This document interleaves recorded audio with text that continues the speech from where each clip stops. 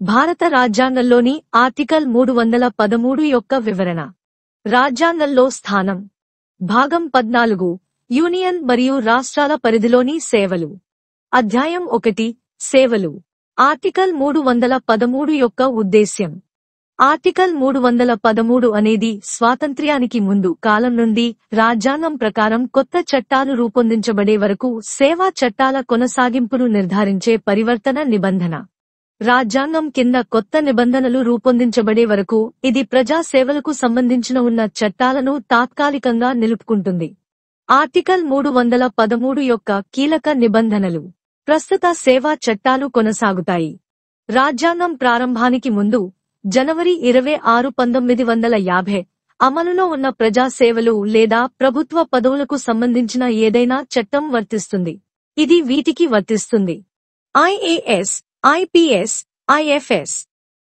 కేంద్ర ప్రభుత్వ సేవలు, రాష్ట్ర ప్రభుత్వ సేవలు. రాజ్యాంగానికి అనుగుణంగా ఉండటం.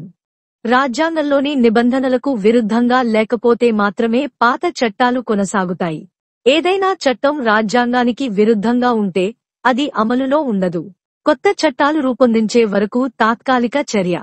నియామక మరియు సేవా పరిస్థితులకు సంబంధించి పార్లమెంటు లేదా రాష్ట్ర శాసనసభలు కొత్త చట్టాలను రూపొందించే వరకు మాత్రమే ఈ చట్టాలు అమలులో ఉంటాయి.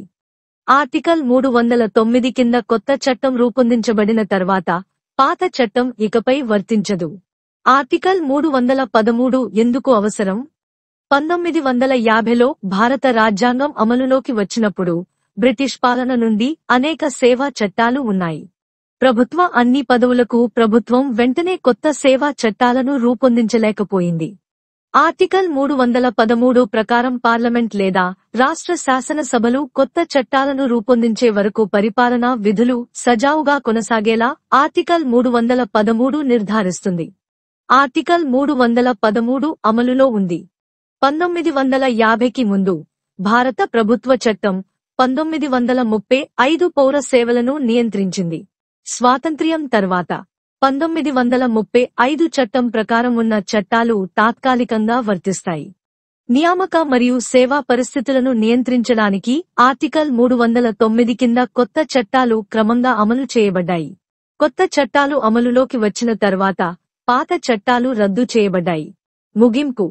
ఆర్టికల్ 313 అనేది పార్లమెంటు లేదా రాష్ట్ర శాసనసభలు కొత్త చట్టాలు చేసే వరకు పాత సర్వీస్ చట్టాలను కొనసాగించడానికి అనుమతించే తాత్కాలిక నిబంధన. స్వాతంత్ర్యం తర్వాత ప్రభుత్వ పరిపాలనలో కొనసాగింపును ఇది నిర్ధారిస్తుంది. అయితే పాత చట్టాలు రాజ్యాంగానికి అనుగుణంగా ఉంటేనే అమలులో ఉంటాయి. కాలక్రమేణా కొత్త చట్టాలు 1950కి ముందు ఉన్న చాలా సర్వీస్ చట్టాలను భర్తీ చేశాయి. దీని వలన నేడు ఆర్టికల్ 313 చాలా వరకు పనికిరాకుండా పోయింది.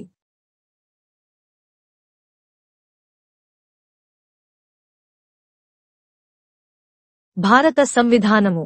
భాగము 14 సంఘమునకు మరియు రాజ్యములకు అధీనమైన సేవా వర్గములు. అధ్యాయము 1 సేవా వర్గములు. ఆర్టికల్ 313 సంధికాలిక నిబంధనలు.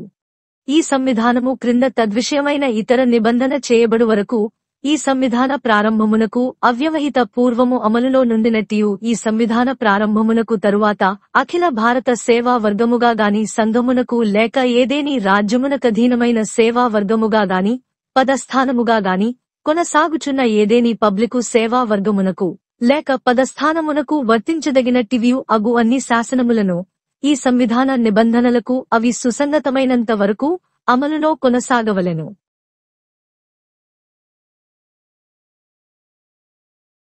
The Constitution of India. Part 14. Services under the Union and the States. Chapter 1. Services. Article 313. Transitional Provisions.